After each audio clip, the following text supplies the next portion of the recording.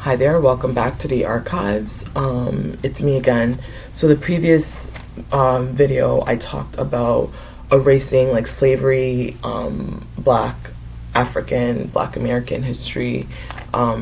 This one I want to talk about erasing women from history, specifically women who run with the wolves, powerful women, the witches, the warriors, queens, and intellectuals. Before I get into women who run with the... No, let me start with this one first.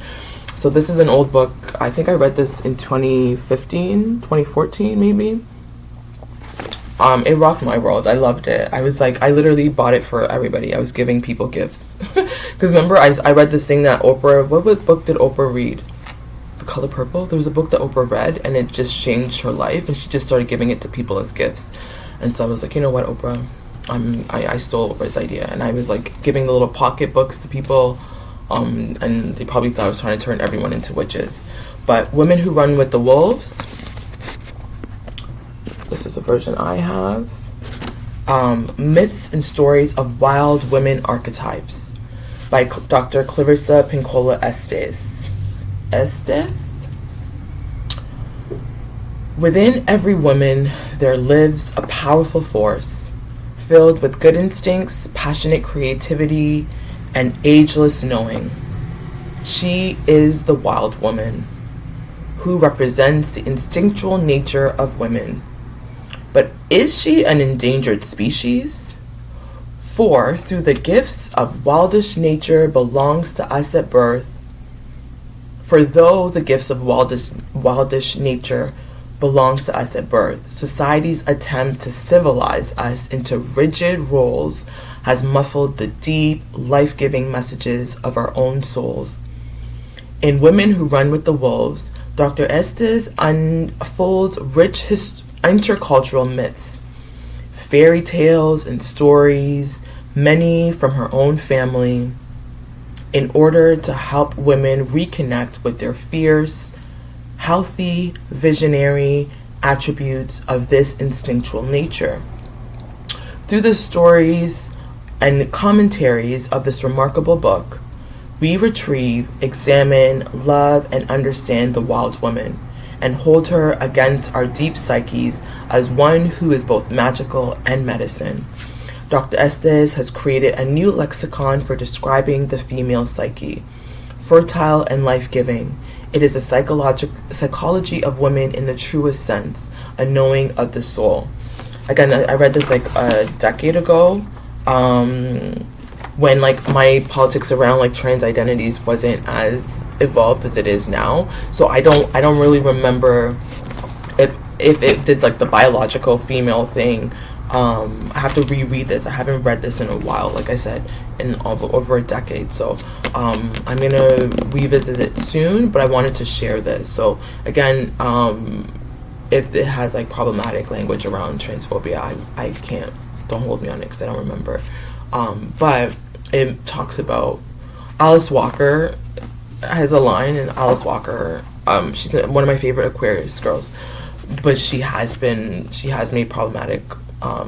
That's why I'm bringing this up, because as much as I love Dr. Walker, I do know that she has made some comments that were transphobic around like women being vulva-bodied folks who were female at birth. So that's why I'm bringing this up. But Dr. Alice Walker says, Women Who Run with the Wolves isn't just another book. It is a gift of profound insight, wisdom, and love. An oracle from one who knows. And I would agree. I really, really like this book. So in the theme of erasing powerful wild women from history, I've been watching the Great Debates. I've watched a few of these series. I think I did one on, I don't remember. But this one is Warriors, Queens, and Intellectuals. So 36 great women between 1400. So the topic is history. The subtopic is civilization and culture. And it's narrated and presented by Professor Joyce E. Salisbury. At that time, they were at the University of Wisconsin, Green Bay. I don't know if they still are. This was from 2019. And so I've watched 12. I've gone through 2 of the discs. There's 6 discs in here. I've done 2 discs so far, and it's just blowing my mind. I didn't know a lot of these women, and so I'll just share some of the 36. Again, they're warriors, queens, and intellectuals. So the first one was Julia Disobeys Emperor Augustus. I think in my last video I said Julius Caesar, but it was Augustus Caesar. So it talks about Emperor Augustus Caesar during the Roman times. His daughter Julia was just not listening to her father. She was disobeying him. She was just out on these streets. She was outside. And he ended up sending her off to an island because he was just like, you were not going to humiliate me like that. Sent her off to an island, was like restricted who could see her. I think she still ended up getting pregnant. Eventually she came back. It was just wild. These stories are wild. They think feminists are wild now. I just did Candace Owens versus 20 feminists. Candace thinks we are what? Candace, imagine Candace Owens learning about, this is what I'm saying, they don't teach us our history. So we think a lot of these things are new. Oh, look at these young women and they're just so bad. Yeah, right. These are some bad girls. These were some real serious goddamn. They were just Herodias basically had John the Baptist beheaded. She was married to King Harold, and I don't know if you remember the Bible story. My cousin was giving me the inside tea because she knows better than I do about the Bible, but Herodias basically was married to Harold, and at the time when Jesus was crucified, Pontius Pilate sent Jesus to King Herod. He was like, no, this is just, you deal with him. And like, Jesus was not budging. He did not take the bait, and that frustrated Herod. So then Herod sent him back to Pontius Pilate, and we know what ended up happening with Jesus, right? But Herodias, basically, John the Baptist was just like, she's not who you think she is. She's married. I think she was marrying, like, it was like incest, and just like, he was just like, be careful. And she was like, oh, you wanna bring me down? Watch me have you beheaded. So she apparently had her daughter go to her husband to be like, we should behead John the Baptist. And Herodias had John the Baptist beheaded. So Christians and Catholics don't really like her. The Trung sisters of Vietnam fight the Han. So I learned about the Trung sisters. They're Vietnamese women. They're 2 sisters from Vietnam. They're symbols of freedom. They lived at year 25. It talks about the different dynasties, Dong Song culture during the Bronze Age. These are some of my notes. I'm trying to take notes from it, but basically these were, I think they were captured in China at some point. And they basically, the Chinese, they clashed with the Chinese culture because Vietnamese history at that time was matriarchal. Women had a lot of freedoms. And then the Chinese came in with their Confucianism and was like, no, actually patriarchy is the right way to go, and colonize Vietnam. And so these women basically fought back and were just like, nope. So the Trung sisters, let me tell you their names. Trung Trak and Trung Ni. So 2 Vietnam sisters, and basically they fought the Han. Powerful. So for those who want to know more, they were eventually defeated. All of these women were eventually defeated, but when they ruled, they were really those girls. So the Trung sisters, Boudicca attacks the Romans. Boudicca, I also learned about. She was a Celtic, so she had like red hair. She would be considered a witch because she was pagan. Celtics were pagans. And so Boudicca basically was around the year 60. So this was like way long time ago in the 1st century. Talked about 2nd century, 3rd. But basically, Easter, it talks about how Easter has roots in paganism as well too. She was Celtic. And she basically fought, like she literally fought, like she had an army. So Boudicca, Queen of Iceni, Poppaea, helps Nero prosecute Christians, so talks about Poppaea. Again, I don't think Christians really liked her because she had Christians basically persecuted. Where are my notes on her? 1 second. My notes are all over. So who did I just talk about? 1 second. I should have had more. Poppaea. Yeah, so Poppaea Sabina, she lived from 30 to 65 CE. This is Italy, so she was in the Italy region, Pompeii, House of Manager. What else? Oh, she bought a new hairstyle. It's also, what else? Poppaea, she slept her way to the top. That was what Joyce said, not me. So basically, she's Jewish, it was said. So, but then she converted to Christianity. Christians were blamed for the fires. Oh, there was fires, and so Christians were blamed and then eventually persecuted. Some were crucified like Jesus. Peter and Paul apparently died around that time of Poppaea. Nero killed her and the baby she was carrying. So eventually, even though she had Nero persecute the Christians, Nero also turned on her and killed her, and she was pregnant at the time and he killed the baby. So men killing women during pregnancy is actually not new, apparently. It goes back to ancient times. Who else? Boudicca, Plotina. Plotina advises Trajan. Plotina was there. I don't remember much about her. Not that she wasn't, I don't remember. I don't have notes. I have to go back because I wasn't listening. Perpetua is martyred in the arena. Okay, so Perpetua, originally from Tunisia, North Africa. She got rich off of Rome because they were doing trade with Rome. Olive trees were really big at that time. What else? No, that was Perpetua. So I think Perpetua is the one who was, they banned Christianity and she still got baptized. And she was put into prison. She broke the rule and converted to Catholicism. She was persecuted. Oh, she had dreams. Plotina was the one who had dreams. So Plotina, okay, I remember. Plotina used to have dreams that were prophetic. Like she saw like her brother was cancer. She dreamed of an arena, right? There was no beast in the dream. And suddenly I was a man. She became a man. She survives. And so when she got persecuted, she did something. I think she was caught praying, and she was like, I'm not leaving the people who were caught praying, even though I'm a queen. If they're getting persecuted, I'm getting persecuted with them. She was sent to the arena. Remember, like the Colosseum, the arena where they would like fight lions and beasts and all these gladiators. So she was sent to the arena. After the first round, she survived the first round, actually, because it said that they sent a heifer.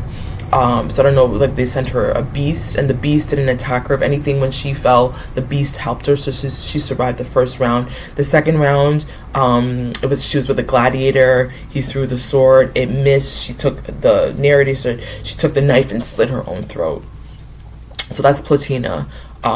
Catholics, I do believe that Catholics do acknowledge her for her bravery because she was really prophetic, but basically Catholics know her for her prophetic visions, and also she was like, I will die. If I die, I'm dying on my own watch, and she slit her own throat. So that was Plotina, or that was Perpetua. Julia Maesa controlled an unusual emperor. I'm going to come back and talk about Julia Maesa because Julia Maesa, Julia Momea, Julia Domna. Julia was a popular name at that time. Cancer, Julia Domna died of cancer. She died of suicide, but she had cancer. So I always thought that cancer was a new phenomenon. It's actually not. She wore makeup. She was a mistress. Elagabalus. I'm going to come back to her because Elagabalus was an emperor, and basically he was either gay, bi, or trans. And I'm going to come back and give him his own, their own, she, her, I'm not sure how, Emperor Elagabalus, what their pronouns were, but there definitely was a queer emperor. History will be like, gays and trans are new. Meanwhile, there was an emperor, during, I think it was like the 2nd or 3rd century.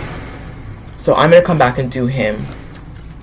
Zenobia. I'm going to come back and do Zenobia as her own thing, because like Queen Zenobia was a real bad gal. She just really inspired me. Queen Zenobia really inspired me.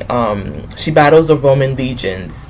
Like I said, I'm going to come back and do one on Queen Zenobia because she really inspired me, and I added her to my list of like ancestors to be like, help me navigate this. So I'll come back to do Queen Zenobia. Helena brings Christianity down to earth. Helena, I didn't really pay too much attention to her story, but I know that she really made Christianity, I'm not sure, I don't remember her. I have to go back to her. Who else? Galla Placidia supports the Visigoths. Oh yeah. So where are my notes on her? But Galla Placidia, basically that was Theodosius's fourth daughter. She was really smart. I already said that. Pious. Basically was she a ruler? She was a Goth. I think she was a warrior. She was a princess. They held her hostage. Oh yeah, they took her hostage. Her brothers were like, we don't care about our sister, you can have her. The man that was put in charge of keeping her hostage ended up falling in love with her. Then once he fell in love with her, her brothers were like, no, we want her back. Trash ass brothers. Basically, what is she known for? They visited Spain. She ruled a lot of lands. I think she got the title of queen. She was a queen. She was a princess and she became a queen. Yeah. Queen of the Goths. So this was during when Christianity was like the only religion and the Goths were pagan, and so there was a lot of battles between the Germanic tribes and the Romans, right? So she lived in Rome, right? Because her father was an emperor, but then she fell in love with a Goth who was a pagan, and so she ended up marrying a pagan. At that time, it was funny because you know how they say if he wanted to, he would. Basically, that was what happened. Noblemen were not allowed to marry. Was this her? Or was it Hypatia? I'm not sure, but I think basically noblemen were not allowed to marry pagans or something like that, and so he changed the rule. Again, I'm all over the place, and this is getting... Go look up these women yourself, because it's fascinating. Who else? Hypatia dies for intellectual freedom. Oh yeah, Hypatia was... she was really smart. She was really smart. Where's my notes on Hypatia? She learned philosophy, and basically her father, she was smarter than... Oh, it was a different woman. Sorry, I got confused. Remember how I said Theodora? It was Theodora. Theodora rises from dancers. So Theodora was... I might come back and do another one. No, let me just finish. This is whatever. Theodora is another one. She started off really poor. She was a dancer. And she basically rose to the tops.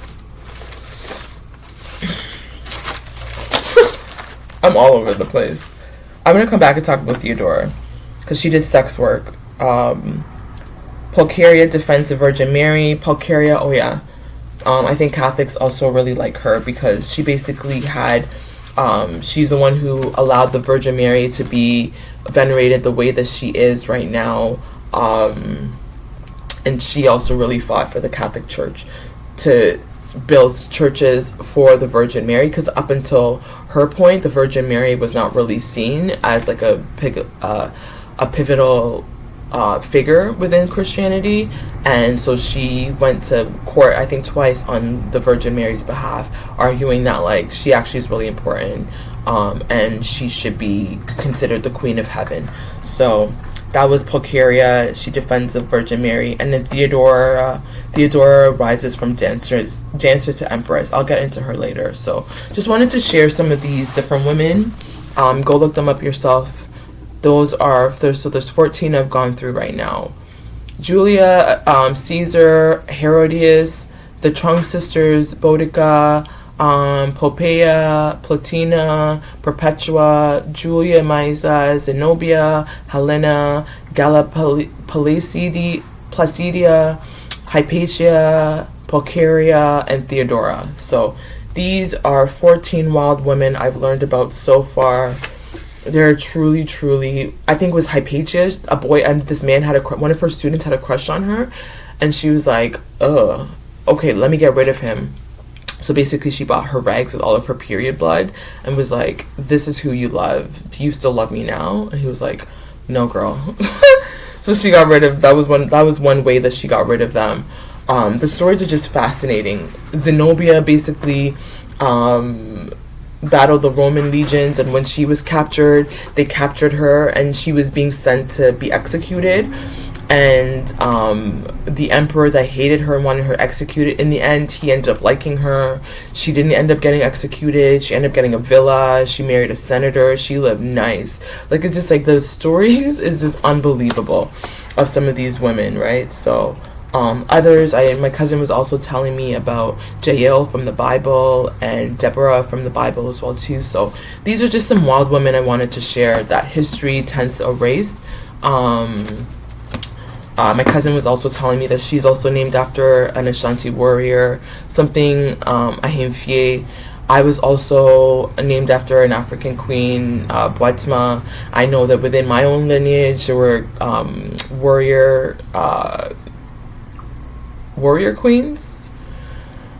So when they tell you the women don't get into male-dominated stuff, that's not necessarily true. There have been warriors since the 1st century, and this one doesn't have any African. It doesn't look like there's any outside of North Africa. There aren't any continental Africans. It doesn't seem like. I don't see Santwa on here. I don't see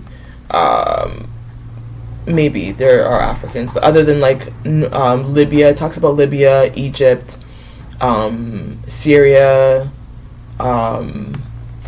Spain, France, Great Britain, the Roman Empire, so, and then Vietnam and China. So Vietnam and China come, but I haven't seen any sub-Saharan African countries coming up yet. But there are women. There were wild women in history who were doing wild things, going against the grain, and I'm going to get back to a few of them. So I'll do Zenobia, and I also wanted to talk about Emperor Elagabalus, because, again, when they say trans people are new, it's not new. Elagabalus was an emperor who dressed as a woman, and dated men and women. And so I'll get into them. But yeah, so women who run with the wolves. Are you a woman who runs with the wolves? I'm definitely a wild woman. I'm definitely a wild woman archetype.